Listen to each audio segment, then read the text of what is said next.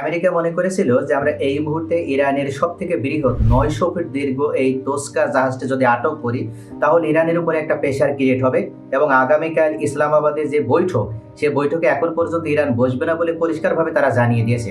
কিন্তু তারপরে আমেরিকা চাচ্ছিল যে আমরা যদি এইটা প্রেশার ক্রিয়েট করতে পারি তাহলে শেষ পর্যন্ত ইরান বাধ্য হবে এবং আমেরিকার কাছে নত স্বীকার করবে এবং তারা পাকিস্তানের ইসলামাবাদে অনুষ্ঠিত এই যুদ্ধ বিরতি নিয়ে বা যে বৈঠকটা শান্তি চুক্তি হওয়ার কথা দ্বিতীয় দফায় সেখানে তারা তাদের প্রতিনিধি পাঠাবে।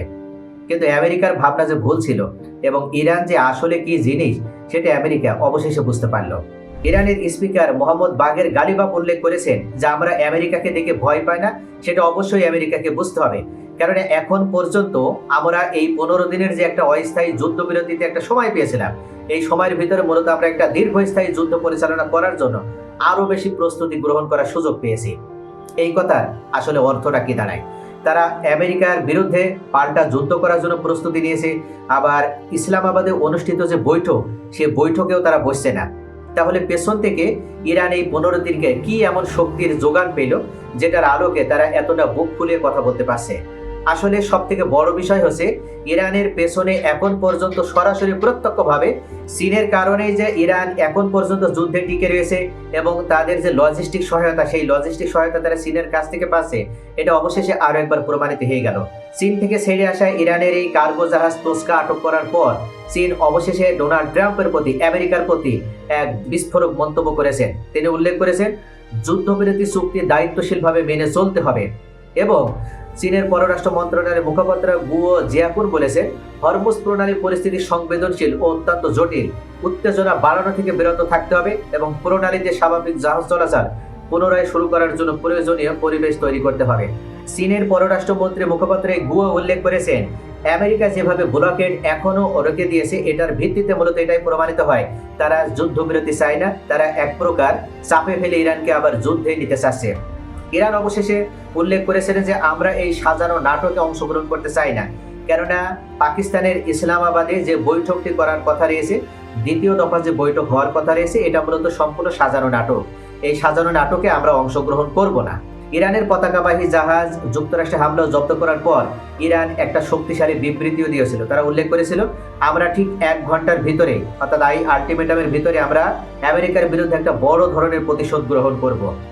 এমনকি আমেরিকা ওমান উপসাগরে ব্লকেট দেওয়ার মাধ্যমে যে জলদস্যুতা করছে, তারা যে পাইরেসি করছে, অবশেষে তাদের সেই পাইরেসির দম্ভ একেবারে পানির নিচে আমরা সলিল সমাধি ঘটাবো। ইরানের আধা সরকারি সংস্থা তাসনিম নিউজ জানিয়েছে মার্কিন বাহিনী তোস্কা নামের কন্টেইনার জাহাজ আটক করার পর ইরানের ড্রোন অবশেষে মার্কিন জাহাজগুলোকে লক্ষ্য করে হামলা চালানো হয়েছে।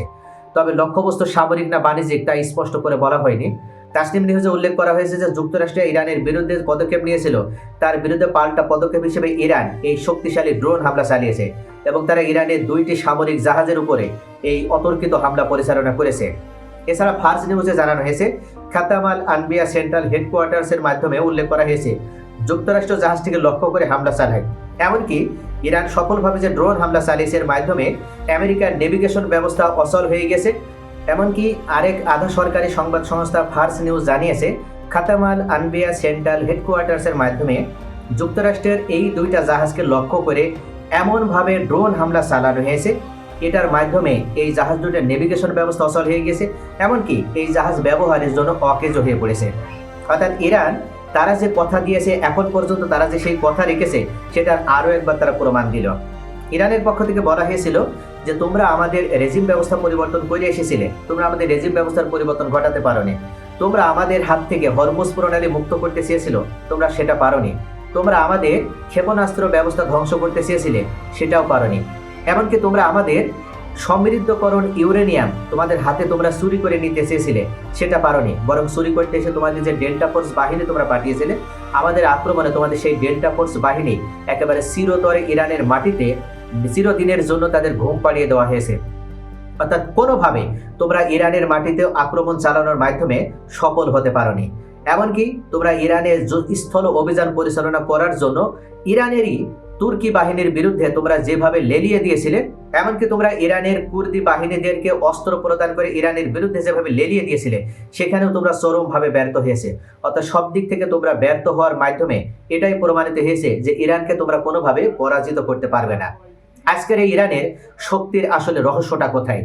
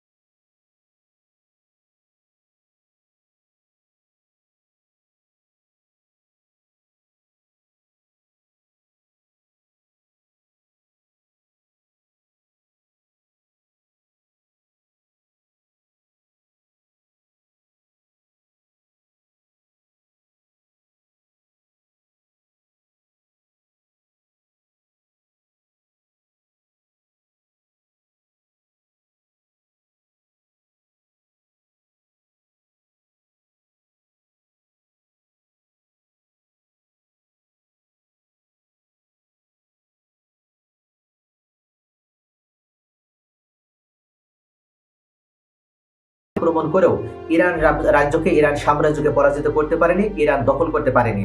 সেই ইরানে ডোনাল্ড ট্রাম্প এসেছে নিজের বাহাদুরি প্রকাশ করে ইরানকে মাথা নত করতে বাধ্য করতে, ইরানকে পরাজিত করতে।